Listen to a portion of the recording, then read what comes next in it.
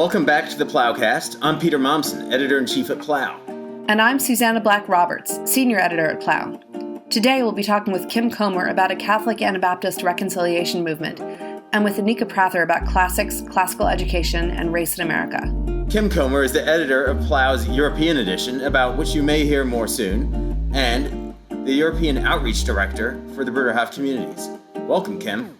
Thank you. Kim, you've been working for years in Austria and Germany as Outreach Director for the Bruderhof with other churches and movements. And one of the culminations of the work you've been involved in was an event last November in the cathedral in Vienna, the Stephansdom, with the Archbishop of Vienna, Cardinal Schönborn, Heinrich Arnold from the Bruderhof, a senior pastor, and the representatives of many other Protestant and Catholic and Orthodox churches.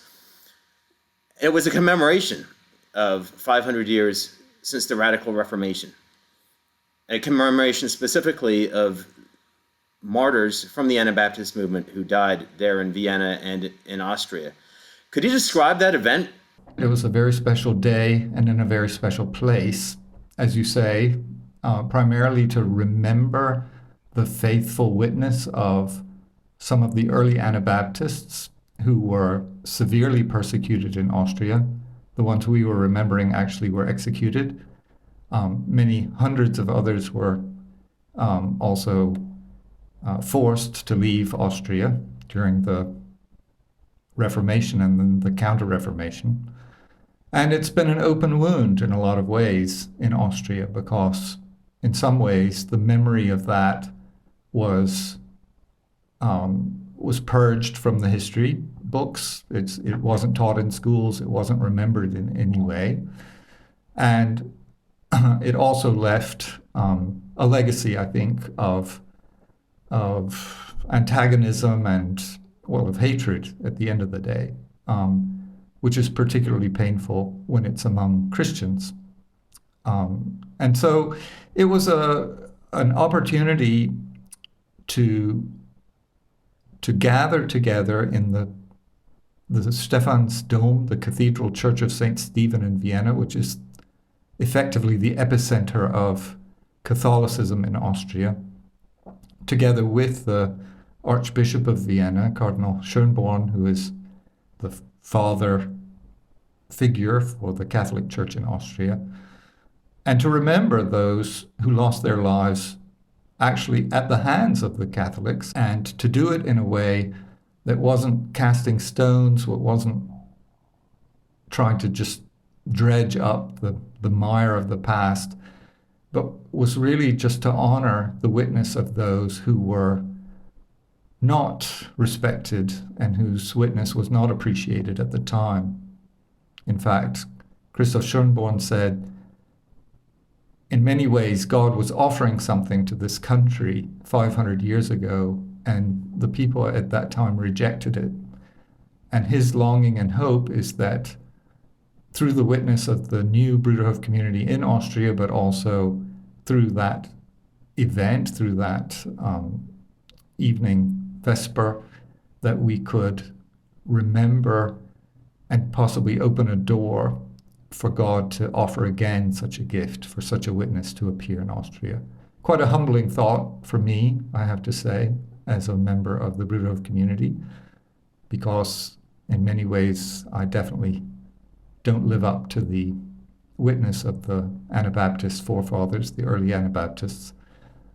But it also is a sign of a completely new attitude, a completely new approach to Christians working together and respecting each other's witnesses, even in the face of differences, without casting stones and without somehow suggesting that the others are not true Christians and not part of the true Christian church. So it was more than anything else a celebration of fellowship. It was a truly remarkable event, and for our listeners, we'll drop a link in the program notes for my wife, who's a biological descendant of these Austrian Anabaptists who were persecuted and thousands martyred 500 years ago. She was completely overwhelmed by this very simple prayer service in the cathedral, which she hadn't expected. I think one reaction that a lot of people can have to this kind of event, an understandable kind of sigh that some people can have when they hear about these kinds of things, and you can actually express it in one of the sessions there, a question from a Catholic participant: how often do we have to apologize for bad things that the Catholic Church did in the past? You could extend that to not just the Catholic Church, but many other people who sometimes tire of apologizing for things that happened long before anyone today was alive. So that's one question I hope to get into a little bit. But before we do, maybe it would be helpful, Kim, just to tell the story of what led to this event. Over the past 20 or 30 years, there have been quite a number of Christians who've been delving into the question of the lingering scars, the lingering pain of the Reformation, and how one can bridge that rift. The antagonism that was let loose in those heady days of the Reformation has just continued through, and in a certain sense even become more and more politicized through the centuries and become more and more a part of the history of the Western world and of Christendom. And so these Christians, a number of them with whom we're befriended, they have given a lot of thought to this. And one of the ideas that has emerged from their discussions, from their meditations on this, is the idea of identification with the sense of those who've gone before. This idea means speaking straight about the things that went wrong in the past, not holding back, not trying to justify or excuse behavior that did create pain and did create a lot of division, and yet somehow to see that by recognizing, by acknowledging the things that have gone wrong in the past, and seeking together, particularly as descendants of various sides of a conflict, seeking together for ways to overcome that division, that a real healing can happen, something special can happen. And as the century, as around 2010 and all the planning was underway for this big Jubilee 2017, 500 years Lutheran Reformation, there was a real concern among some that this could easily become just a celebration of Protestantism, right? A celebration of Lutheranism, without recognizing that there were many other parties in the Reformation, and many of them were in fact victims of Luther's Reformation and Luther's orthodoxy and of the politics that emerged from it. And in particularly the Anabaptists were victims both of the Catholics and of the Lutherans and the Calvinists and the Zwingli and Swiss Protestants. So they had a longing to have some aspect of 2017 be more comprehensive than just remembering Luther and just glorifying what Luther did, as important as it was. So they started preparing already in 2011, inwardly and outwardly, also doing research to see how one could have an event, if you like, one might call it a fringe event to the big Reformation festivals, and really try and bring out some of the other aspects of the Reformation that were not so pretty, also not, and in which the Lutherans did not shine so positively. And they invited a range of descendants of Anabaptists, Mennonites and Amish, and also representatives from the Bruderhof, to come and join them for that event in Wittenberg, October of 2017. And it was in that context that I think really something happened that opened the hearts and touched the hearts of everybody who was there. And as you said before, one can almost become jaded sometimes about all the talk about everything that has happened and how does one move forward with it. The people that I know who were there tell about it just with a glow in their eyes about what happened in that experience, a real meeting of hearts. Just a few weeks after the conference, the representatives from the Catholic Church in Austria who had been there, also on behalf of Cardinal Schönborn, wrote to us at the Bruderhof and asked us, would we consider having a community in Austria? It's been 450 years since the last Anabaptist community of goods was dissolved in Austrian territory. Isn't it high time that this witness somehow reemerges in Austria? And we felt like we couldn't just say no, right? We didn't have any active interest in Austria, but we did have an active interest in increasing our presence in continental Europe. And we didn't feel like we could just ignore the movement of the Spirit that we had experienced at Wittenberg, and which was patently gripping the hearts of those people from Austria who were inviting us. So on the back of that, my wife and I were seconded in 2018 to come to Austria and to explore, are these people who are inviting us speaking for a bigger circle of people, or is this just a few individual opinions? Is there a legal framework and a societal framework that might welcome an Anabaptist community after such a long gap? And the short answer is yes. We just met an enthusiastic and warm response among everybody that we met. Free churches, the Lutherans, the Swiss Reformed. It was everybody here, also especially then the Catholics, extended a real hand of welcome and enthusiasm. And one thing led to another. We established a small community then in 2019, and now a bigger community in 2022. And it is really, I can only say, it's something that goes beyond what we as human beings have done. It's not anything that my wife and I or any of us from the Bruderhof have done. And it's not even anything that Cardinal Schönborn or Catholic representatives have done. The time was ripe, and it was just a real privilege to be a part of starting something new here in Austria. Yeah, I recall, Kim, that it was actually a little bit unnerving, the level of welcome that was extended to us. We as individuals, or the Bruderhof as a community, it wasn't about us, but about something beyond, that we were allowed to play a part in, some knitting together of the body of Christ again. And it's interesting, right? The two communities that the Bruderhof now has in Austria are both in former monasteries. One in Retz on the Czech border in a former Dominican cloister, and the other right outside Vienna, Amstein, in a former Franciscan convent. So that's just a kind of nifty sign of spiritual continuity.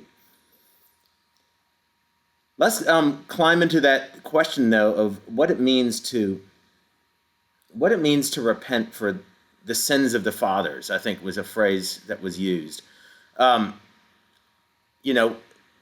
Already Pope John Paul II issued an apology for acts made by those members of the Catholic Church in the past, not only in the Reformation, but also in the conversion of the Americas and elsewhere, especially where coercive measures were used to suppress heretics, as reformers were called. Those efforts parallel secular apologies that have also been made in this country. We, of course, think of the transatlantic slave trade and the dispossession of Native Americans. Every time, there's a culture of apology almost that can seem cheap, that can seem like a form of cheap grace. And one of the things that really impressed me is that it's actually not a cheap thing to apologize for the sins of the fathers, to use that biblical terminology, for the guilt of one's ancestors, both biological ancestors and one's forerunners in whatever tradition one belongs. Could you talk a little bit about that? You mentioned the word identification, which is different than vicarious repentance, right? Those are two different things. And it's kind of important to distinguish between kind of wallowing in ancestral guilt versus what happened in Vienna, which was something very different than wallowing. That was my experience. Yes, I can definitely say it's been tremendously interesting and challenging for us to deal with this whole, I guess, theological side of how does one deal with the sins of the past, the sins of the fathers, so to speak. Because we all know and recognize that these things have consequences that linger into the present day. And I grew up in Alabama, and the history of the Trail of Tears and the treatment of Native Americans, and then also, of course, the treatment of African Americans and the whole slave trade and plantation economy of the South had tremendous negative impact, not only on individuals, but also on the whole fabric of society. And this damage, this injustice, these sins, effectively, they do linger in the sense that there are many aspects of society today where one could say we're worse off because of things that were done in the past. And yet, as you point out, and as I read the Bible, it's not possible for us to somehow become surrogate repentance or penitents for the things that happened in the past. I have no way. Every soul and everybody who lived in the past has to stand before God's judgment, and God offers grace and judgment, and each individual person and each society ultimately has to face the judgment of God. And we can't change that in the sense that now I'm going to repent, and so God will be more gracious to the people 100 years ago or 500 years ago. On the other hand, when we do see that there are lingering problems that exist because of things that have happened in the past, then it's also a challenge, because I don't want to just go around feeling guilty about what my great-grandparents may have done. My wife is German, and there's a huge challenge for younger Germans. We're not so young anymore, I guess, but post-war Germans, to deal with what actually happened in the Second World War, what happened during the Holocaust. And clearly a lot of our direct ancestors were involved in that. And the answer cannot be, on the one hand, the answer cannot be just to feel guilty about it and just, hang your head in shame and wish that you were not German, or wish that you were not part of the people who dealt with, who committed these atrocities. One wants to do something in response. And when we also see the consequences that linger on even into the present day, then we also wish for healing. We want to do something that can also bring about healing, that can bring about, if you like, the vision of Martin Luther King Jr., the day when the sons of former slaves and the sons of former slaveholders will sit together at one table. So how do we make that happen? And this idea of identification actually is taken largely, I think you mentioned, from the Old Testament, the prime example being actually the prophet Daniel, who cries out to God and says, our people have sinned. It wasn't Daniel himself personally, and it was all something that had happened generations before. But we sinned against you, and it's right that we were punished. It's just that there were consequences to that. But now, please, God, be gracious and help us to find a new course, a new way that overcomes not only the sins of the past, but also overcomes the consequences of the sins of the past. And this plea to God, then also God responds. The angel Gabriel comes to Daniel and says, God heard you just the moment you spoke, right? In that very moment when you spoke, God heard you, and it opened something in the world of the Spirit. And I think that's the longing that we have felt from many of the people that we've been working with in Austria here, that to me, it goes beyond just, oh, I'm so sorry that this happened. It's not a question of apologizing. It's a question of looking the problems that we face today straight in the eye, recognizing also that they are in part directly influenced by things that happened in the past that were unjust, and to say, we want to turn away from that attitude of the past, and we want to turn towards something new that can overcome that. So I think that, the overriding thing that we felt is that there's a spiritual dynamism in it. There's a spiritual aspect to it that goes beyond just the intellectual working through, the sociological working through of this cause and effect, and somehow trying to stand together. No pointing fingers, no throwing stones, just we're all weak people, and our forefathers and forebears were all weak people. But we want to stand now before God and ask him to be gracious in our day and allow something to happen that was hindered in the past. And that's what I felt the most strongly in that gathering in November, and continue to feel, that there's just this longing. You mentioned that we've taken over 2 monasteries here, and we've met also with the Franciscan Sisters, all old now. They're all in their 80s and even 90s. They had to move out of this convent because they just simply they were too few and too old to even maintain it. And it stood a number of years empty. But their longing and their hope and their prayer was that something new, some new spiritual life would come into these old walls, and that new breath would come in. And I wish you could experience what it's like to talk with them. The enthusiasm that they have for this new community beginning on their old stomping grounds, right? The place where they had invested their hearts and strength and souls into building community. And they come now and they see the children and families playing and laughing and singing, and they just overflow with joy, tears literally flowing out of their eyes, just with the joy that something new can be given. And one old sister, 90 years old, former Mother Superior here, she turns to my wife and she says, you know what? We have to decline, but you have to gain, right? She quoted from John the Baptist as he spoke to Jesus. Our day is passing, but now a new day is dawning.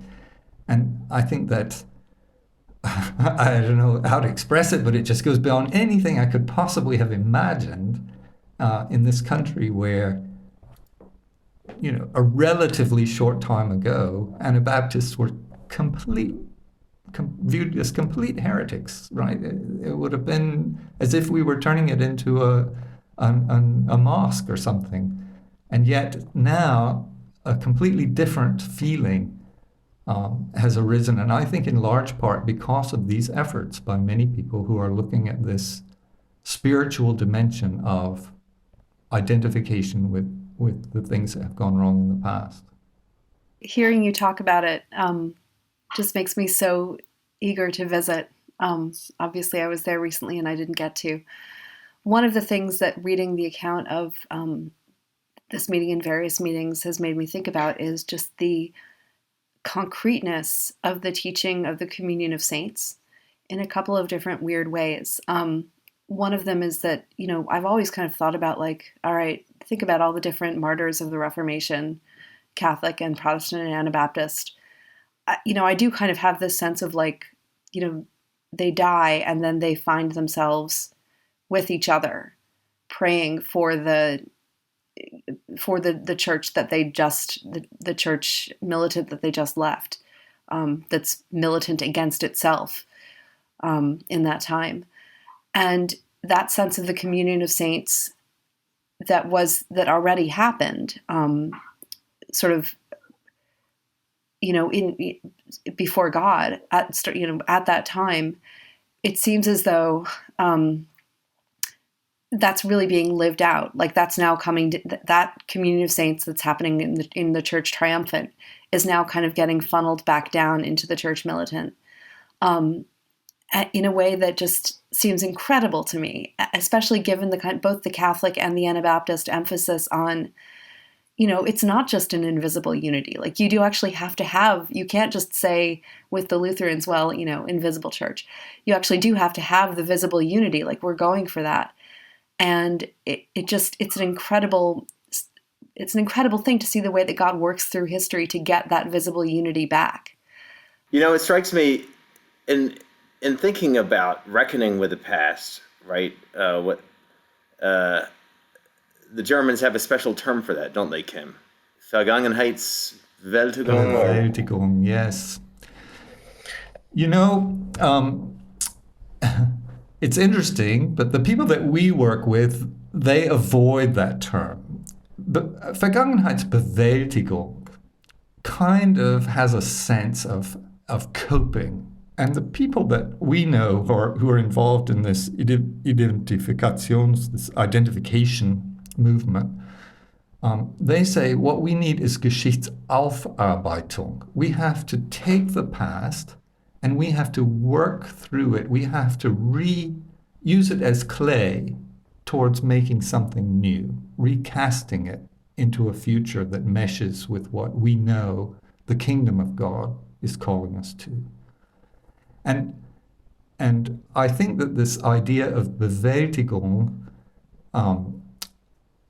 has really, or Geschichtsbewältigung has really in some ways been, I don't want to say misused, but it's certainly gotten a bad taste in post-war Germany in many ways, because what it effectively has meant is exactly the thing that you brought up earlier on. It's just rehashing the same things again and again. And it's described as coping, but it's not actually coping at all. It's just describing our helplessness, reiterating again and again our helplessness in the face of what has gone before, the monstrosity of it. And what I've appreciated about this identification approach, or this Aufarbeitung approach, is that it's trying to make something positive out of what we all recognize is an ill. There's nothing good you can say about it, and yet that's the very message of the Gospels, is that God can turn. I think it was Kierkegaard who said that the grace of God is what makes the wrong turn out better than the right ever could have turned out to be. That's what redemption means. That's what it means, I think, if the blood of Christ redeems also the sins of the past. It has to mean more than just, okay, yeah, now we can move on. We don't have to think about that anymore. It means taking that raw material, which is really, really ugly and raw, and seeing it transformed into something that brings a benefit to future generations. In thinking about all of these kinds of things, it seems, if you're a Christian, you're asking for a lot. You're asking for real forgiveness and real restoration, and something that is better than what came before. And all of the horrors of history kind of go into, get caught up in that in ways that we don't understand. It feels really bold to even think about.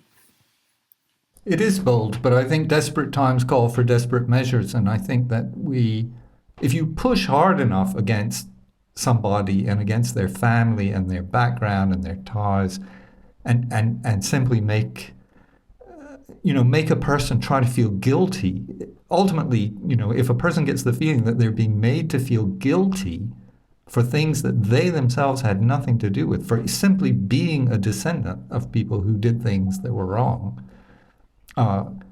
that's a kind of judgmentalism that almost demands a reaction against it. So I think the only answer going forward is the answer of the gospel. We have to stand together. Every one of us is a sinner before God. Not one of us can stand righteous before God's throne. And who knows what future generations will have to cope with as a fruit of what we're doing today.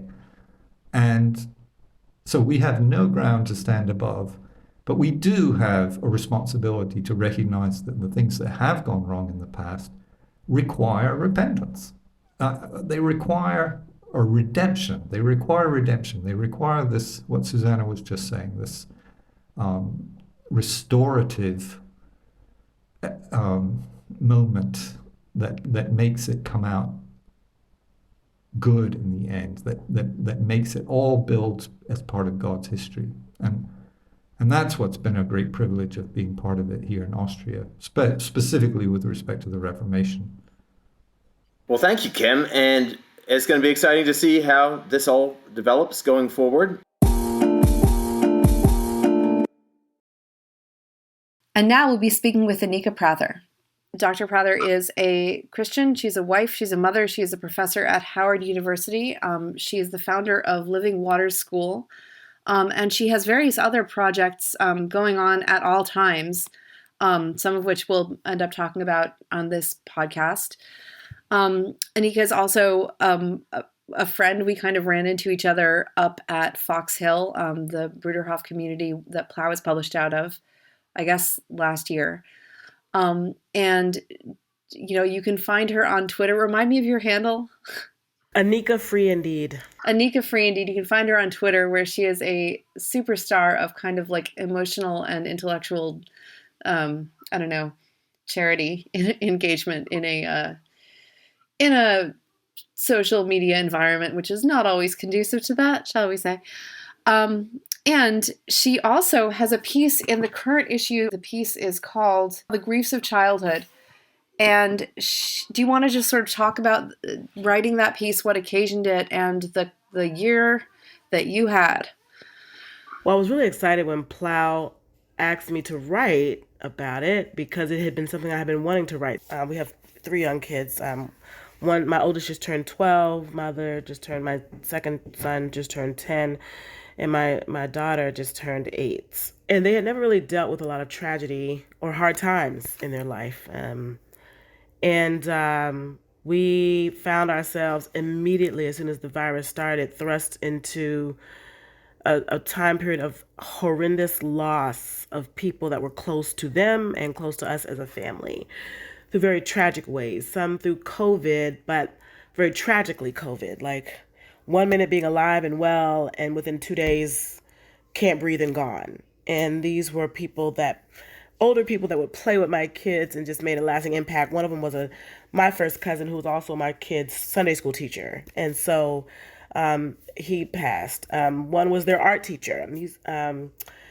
And he passed of a heart attack while driving. And some things weren't COVID related, and some were just, death. And we had a couple of suicides, a couple of murders, cancer, strokes, like just people that we loved so much dying. I was not able to put on the strong face for my kids. And I worried about that. I worried about how all of this death would affect them. And as I was praying through that, I just felt God tell me, let them grieve with me.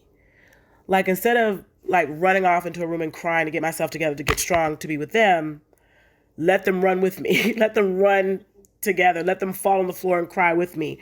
And I just felt that was such wisdom from him, because I never would have thought of doing anything. I didn't hide the details of what happened. We talked a lot about death.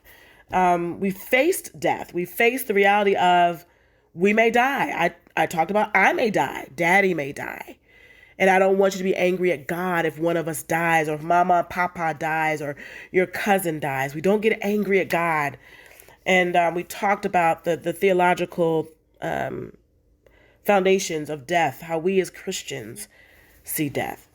And what I saw happen for myself is strength. I became much stronger than I thought I would be. I began to be able to heal from the losses. Because as I was talking to, as me and my children were talking about heaven and the promise of heaven and how death is not the end and how we live this life is so important because we want to prepare for eternity, I began to really value heaven. While you're alive and well, heaven seems very far off. And the test of this healing happened when I lost my best friend. He was a very dear friend. My husband and I and his wife and him, we had all gone to a jazz concert, I think like the year before, at this place called Blues Alley in D.C., in Georgetown. And it was a wonderful time. The guy's like almost 7 feet tall. I mean, he's a larger than life, loves God, just really vibrant personality. And I had just texted him 24 hours before his passing, just calling to check on you. His mother had just passed away. Are you okay? And he just wrote me back, I'm good. Thanks for checking in. I want you to know that you're my favorite singer. And just a really loving exchange. So in talking to my kids, it allowed me to thank God for the life of the person, for the blessing of being able to be connected to him right up to the end. And then finally, he was such a strong Christian. I know that he's with God right now. And I began to really find comfort in that he's with God and I know where he is. He's at peace. We'll see each other again as I comforted my kids through that. And so then that was my journey. And so we walked through death together, crying together. I took them to funerals. I allowed them to see as people were sick. And if we could visit, we would go. And what happened, instead of them becoming traumatized by it, they became not afraid of death so much. And they came to know that God does allow trials sometimes. And then the final thing that happened was when they lost their art teacher, which was, I think, the most recent passing we've experienced. We have his artwork that he did with my children around the house. It decorates their playroom. But when he died, I was so distraught about that because I was very close to him as well. And my youngest son says, Mommy, his name was Coltrane. I called him, he said, Mom, was Coltrane a Christian? I said, yes. He said, well, now when people I love pass away, I remember that they're with God. It always makes me feel better. And this is, at the time he was 9, telling me this. So here's a 9-year-old telling a 48-year-old this.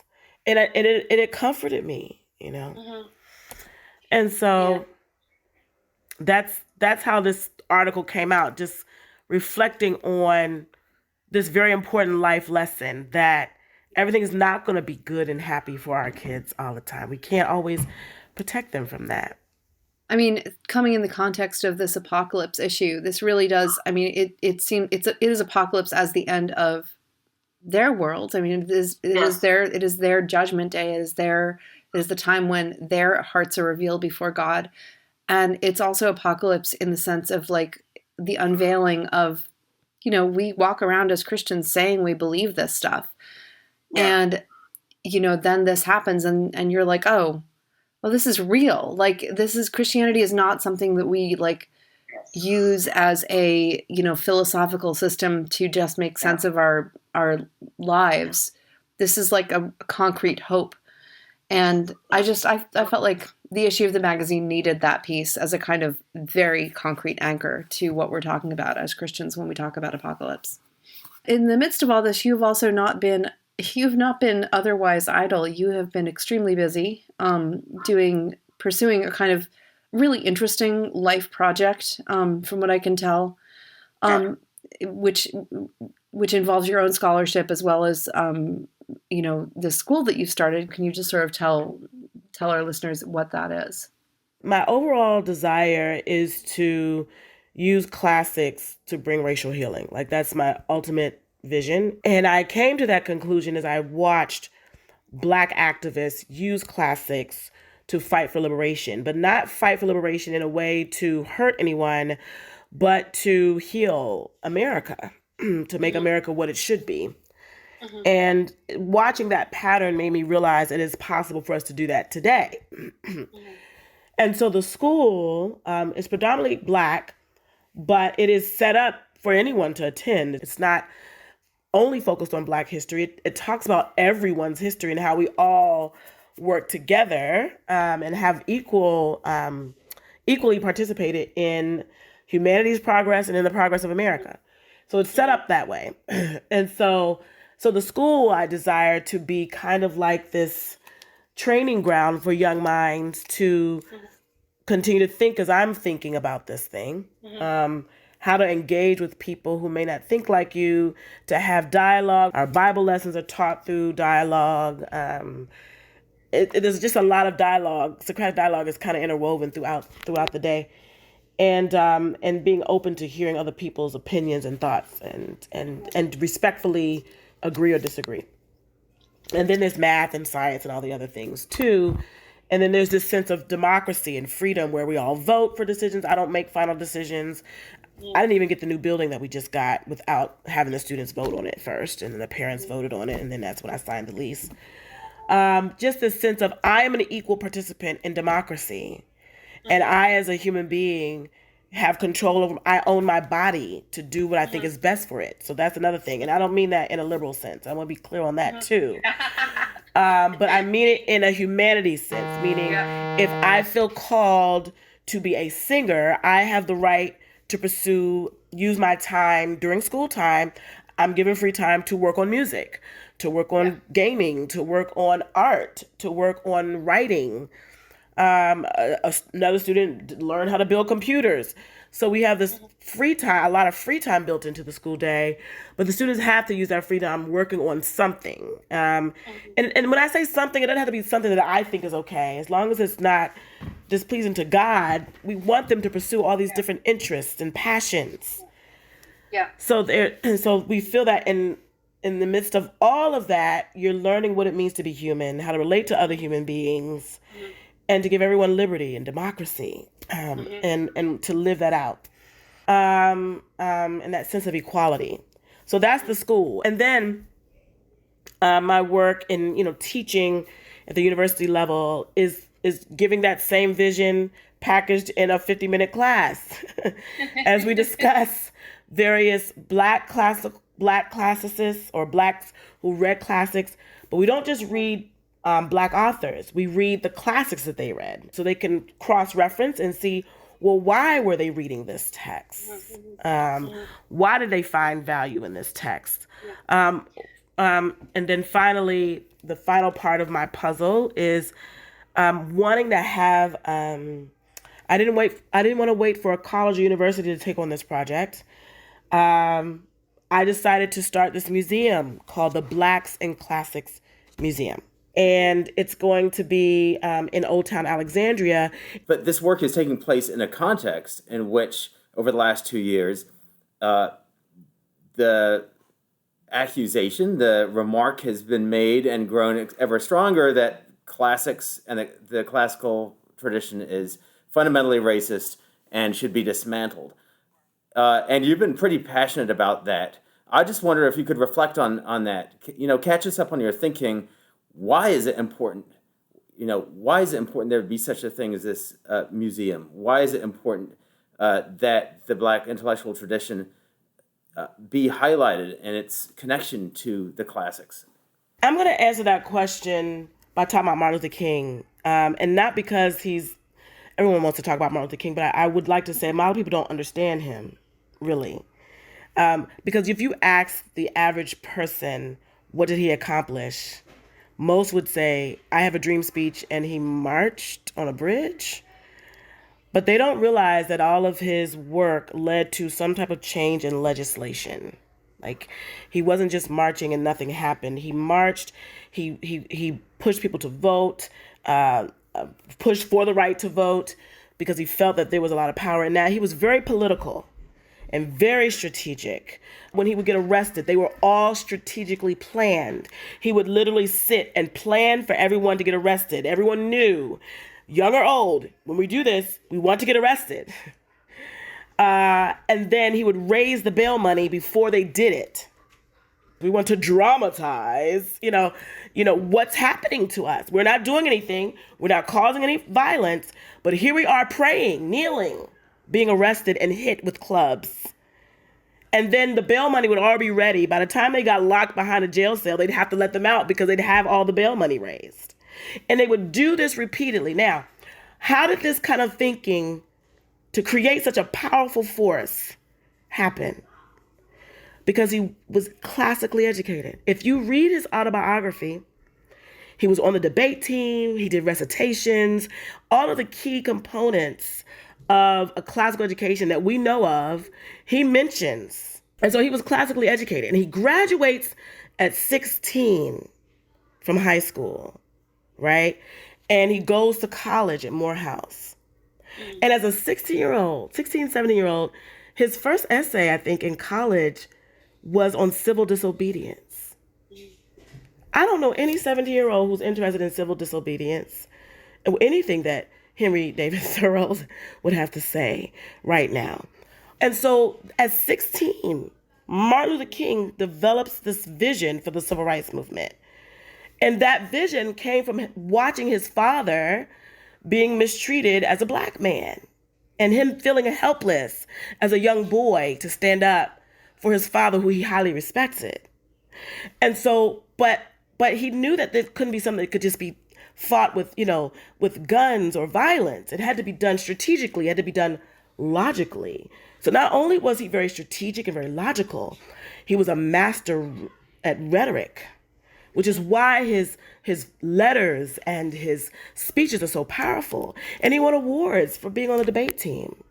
And so all of that comes from his classical education. So if we get rid of classics, we get rid of that story.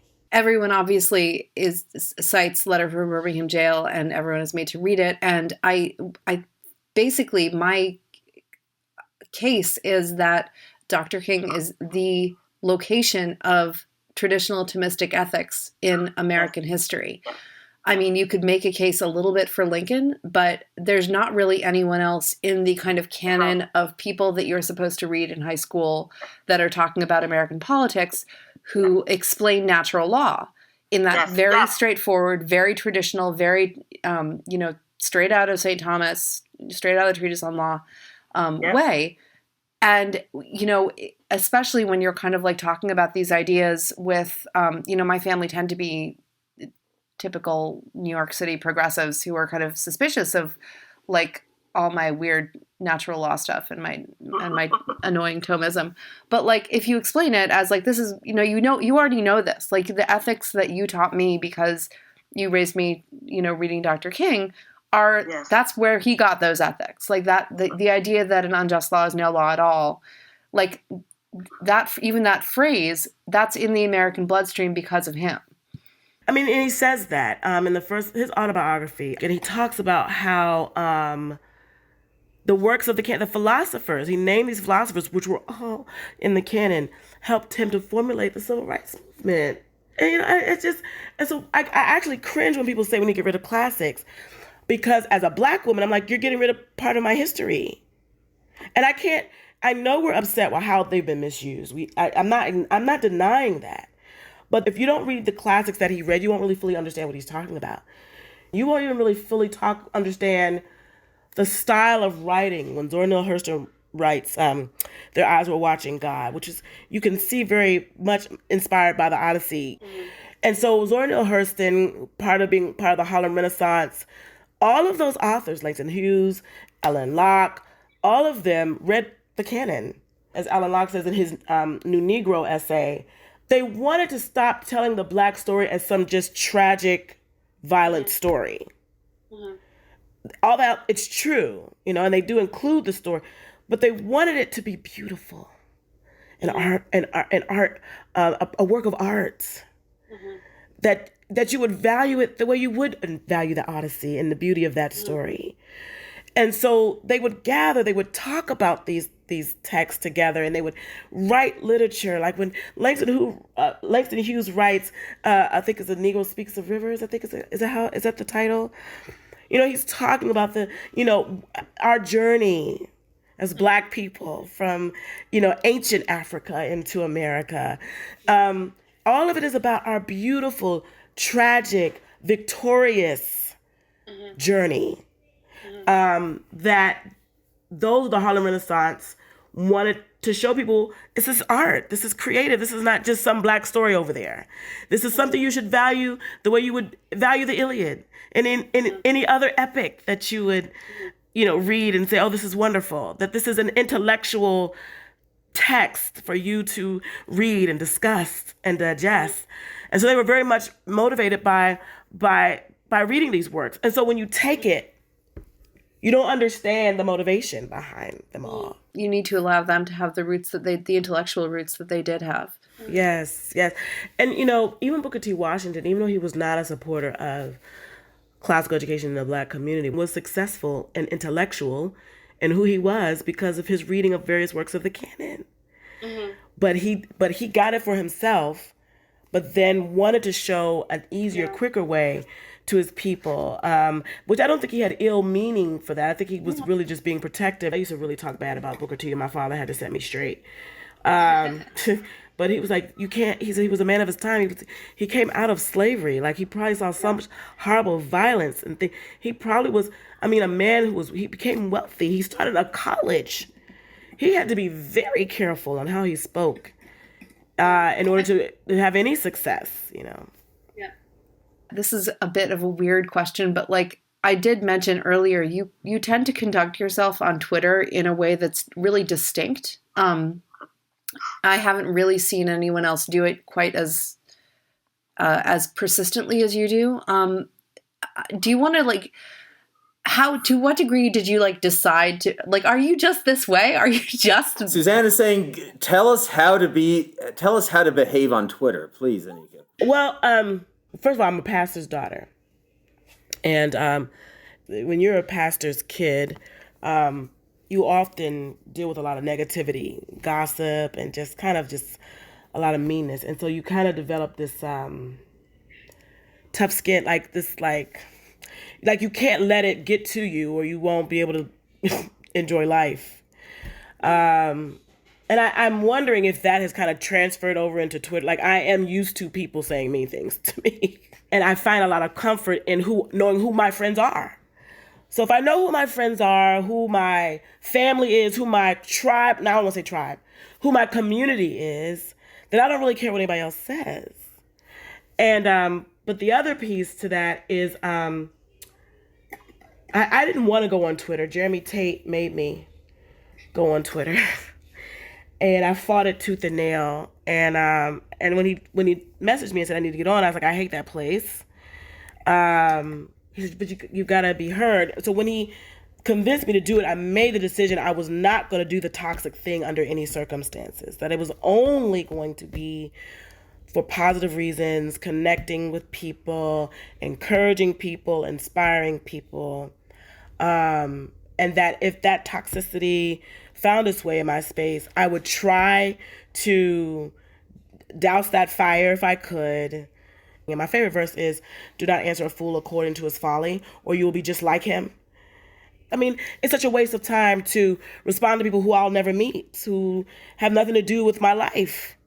If you feel like you can't control your tongue, just push it's really easy. You just go to the thing that says block and just block it really quick. And you'll just feel so free. It's very liberating. And then you can just go on and talk to your friends at the Bruderhof community or anyone else out there that brings me joy, and just engage with them.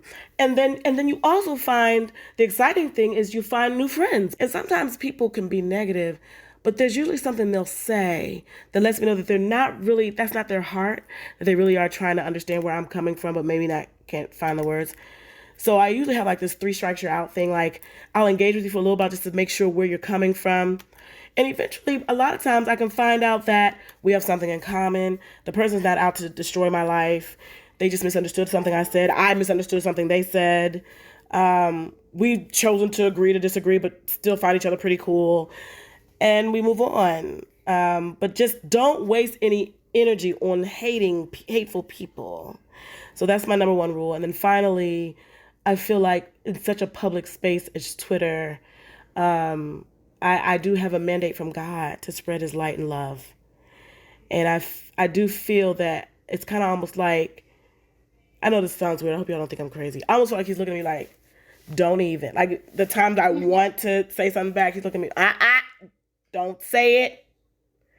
You're not representing me. That does not represent me. And I feel like I represent him. And I feel like if I do it, if I say something hateful or mean, that it deflects from the love of God. And I really want to reflect that as much as possible.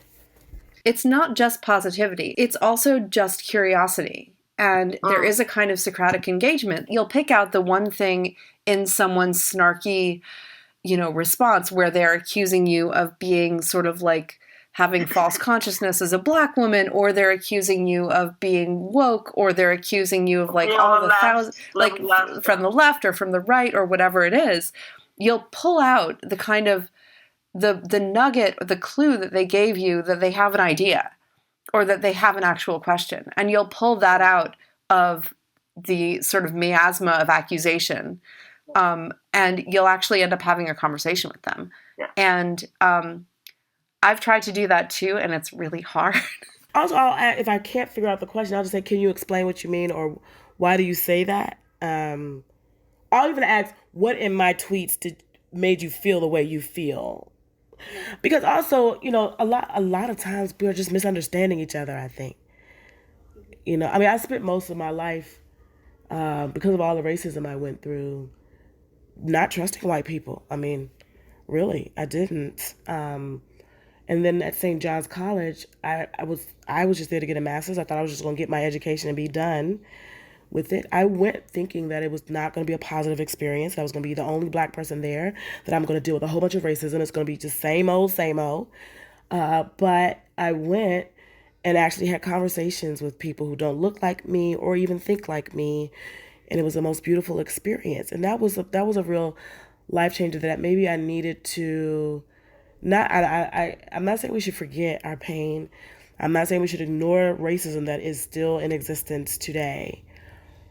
But be slow to judge and be gracious and try to learn where people's hearts are. I don't know if this is something you want to talk about, but you also have a recent self-published book. Yeah, my book is Living in the Constellation of the Canon, the lived experiences of African-American students reading great books of literature. It's my dissertation. And then I also have another book called The Black Intellectual Tradition that I wrote with Angel Parham that's coming. That's I think just about to be out later on this month. We've talked a lot about education, and what is it when you look at children and the young people and the students that you work with? What is the goal of education? Where are you trying to get them to? My father gave me this quote, and it is on the mission vision of my school's page. And it says this, and this was what he used to have to say when he was in college, at his college. At the time, it was AM&N College, it's a historically Black college. University of Arkansas, Pine Bluff is what it's called now. But this is the quote. "The end of education is to know God and the laws and purposes of his universe, and to reconcile one's life with these laws. The first aim of a good college is not to teach books, but the meaning and purpose of life. Hard study and the learning of books are only a means to this end. We develop power and courage and determination, and we go out to achieve truth, wisdom, and justice." And to me, that is the way I see what I'm doing. I feel the books are a tool to discover goodness, virtue, beauty, justice. We don't say the word justice oftentimes when we talk about classical education. We say goodness, beauty, truth, virtue, but we leave off justice. Mm-hmm. But the word says that we should, what does the Lord require of us? That we should pursue justice, but we got to pursue it in the right way. And we can only do that when we read good books that give us noble ways of addressing injustice. And so I'm hoping to create students at the school that know God and how that knowledge permeates every part of their life, that they read good books and how that knowledge helps them navigate and fight through life. And so that's, and how to be a good human. So I have to remember that. Well, thank you so much, Anika, for this conversation. It's always so great to talk. Thank you all so much for having me. Thanks for listening. Be sure to subscribe on iTunes or wherever you get your podcasts. And for a lot more content like this, check out plough.com for the digital magazine. You can also subscribe. $32 a year will get you the print magazine, or for $99 a year, you can become a member of Plough. That membership carries a whole range of benefits, from free books to regular calls with the editors to invitations to special events and the occasional gift. Our members are one aspect of the broader Plough community, and we depend on them as an extra advisory council. Go to plough.com/subscribe to learn more. Join us next week as we talk with Chris Tollefson about nuclear war and the obligation of nuclear disarmament post-Ukraine, and with Samuel Moyne about humanitarian war and the big question, can war be humane or not?